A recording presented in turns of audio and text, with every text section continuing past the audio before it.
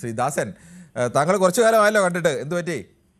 ഞാന് കുറച്ച് കറങ്ങുമായിരുന്നു. തിരുവനന്തപുരത്ത് നെയ്യാറ്റിങ്കര പോയി. എന്ത് പറ്റി? നെയ്യാറ്റിങ്കര അവിടെ ഇങ്ങോട്ട് വന്നോ? തിരുവനന്തപുരത്തോട്ട് വന്നോ? കണ്ണൂരിൽ ഗോപസ്വാമിന്റെ സമാധിസ്ഥലം സന്ദർശിക്കാൻ പോയതാ. ഗോവൻ സ്വാമിയുടെ സമാധിസ്ഥലം സന്ദർശിക്കാൻ പോയതാണ്. എന്നിട്ട് സന്ദർശിച്ചിട്ട് അവിടെ ഷെഡ് കെട്ടാൻ തുടങ്ങിയിട്ടേ ഒന്നും പരിപാടി തുടങ്ങിയിട്ടില്ല. അത് കഴിഞ്ഞ് ഞാൻ പിന്നെ ക്ലിഫ് ഹൗസ് പോയി. ആ 45 ലക്ഷത്തിലെ കായത്തോട്ട് കാണാൻ വേണ്ടിട്ട്.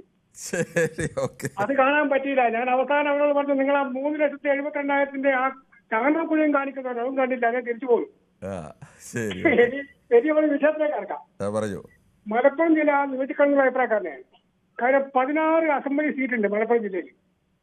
നമ്മൾ ഈ മുസ്ലിങ്ങളെ കുറെ കൂടുതൽ മക്കളെ ഉണ്ടാക്കുന്നത് നമ്മൾ പിന്നെ അസൂയപ്പെട്ട് കാര്യമില്ലാന്ന്. നിങ്ങൾ ഓരോരുത്തരും പറ്റുന്ന മക്കളെ ഉണ്ടാക്കി, അവർ 5, 8, 10 ഉണ്ടാക്കി. അല്ല, അത് മുസ്ലിം എന്നോ ക്രിസ്ത്യാനിന്നോ ഹിന്ദു എന്ന് പറയുന്നത് ആരായാലും അങ്ങനെ കുട്ടികളുടെ എണ്ണം കൂട്ടുന്ന അത്ര നല്ലതല്ല.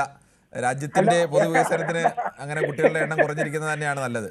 കുടുംബത്തിന്റെ വികസനത്തിന് എല്ലാ കാര്യത്തിനും പറഞ്ഞിട്ട് കാര്യമില്ല. അവരങ്ങനെ ചെയ്യുമ്പോൾ നമുക്കെന്ത് ചെയ്യാൻ പറ്റും? അല്ലെങ്കിൽ നിങ്ങളെ കാര്യം ചെയ്യും. ഇപ്പൊ ചൈനയില് ഒരാൾക്കൊരു കുട്ടിയെ പാടും, നിയമം പാസാക്കി.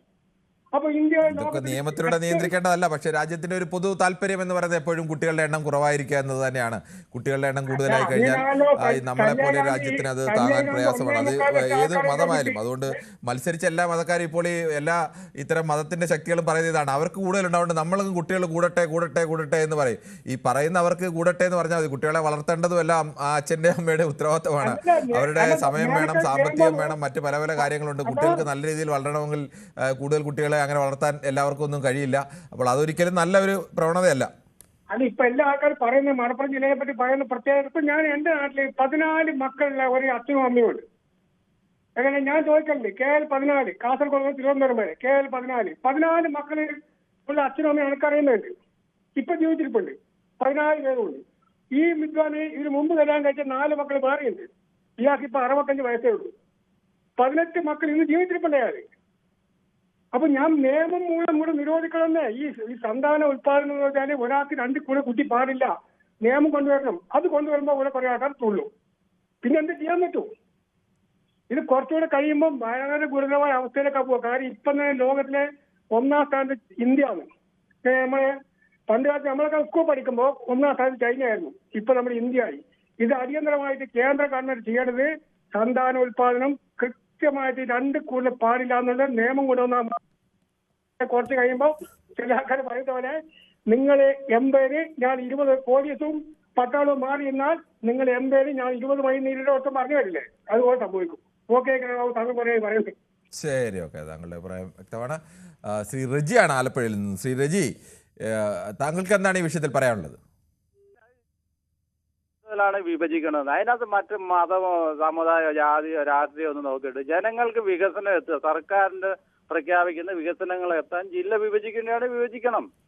അതിനകത്ത് എന്താ വേറെ മതപരമായ കാര്യം നോക്കിയിട്ടൊന്നും കാര്യമില്ല. ജനങ്ങൾക്ക് അവിടെ മതം പറയുമ്പോൾ അവിടെ ഹിന്ദുക്കളും ഒക്കെ ഉണ്ടെന്നേ, അതുങ്ങൾക്കൊക്കെ വികസനത്തിന്റെ ഒരു അല്പമെങ്കിലും എത്തണം, വിഭജിക്കണം. ജനസംഖ്യാനുപാതികമായി വിഭജിക്കണം. അത് നമ്മുടെ ഒരു സാംസ്കാരിക നിയമമാണ്. അതിനും വേറെ മതത്തിന്റെ കാര്യം ഞാൻ ചോദിക്കട്ടെ, അത് ആ ജില്ല രൂപീകരിക്കുന്ന അന്നത്തെ EMS മന്ത്രിസഭയാ അല്ലേ? പത്തനംതിട്ട ജില്ല രൂപീകരിച്ച രാഷ്ട്രീയപരമായിട്ട് പുതിയ ഒരു ജില്ല വരുത്തിയതാ.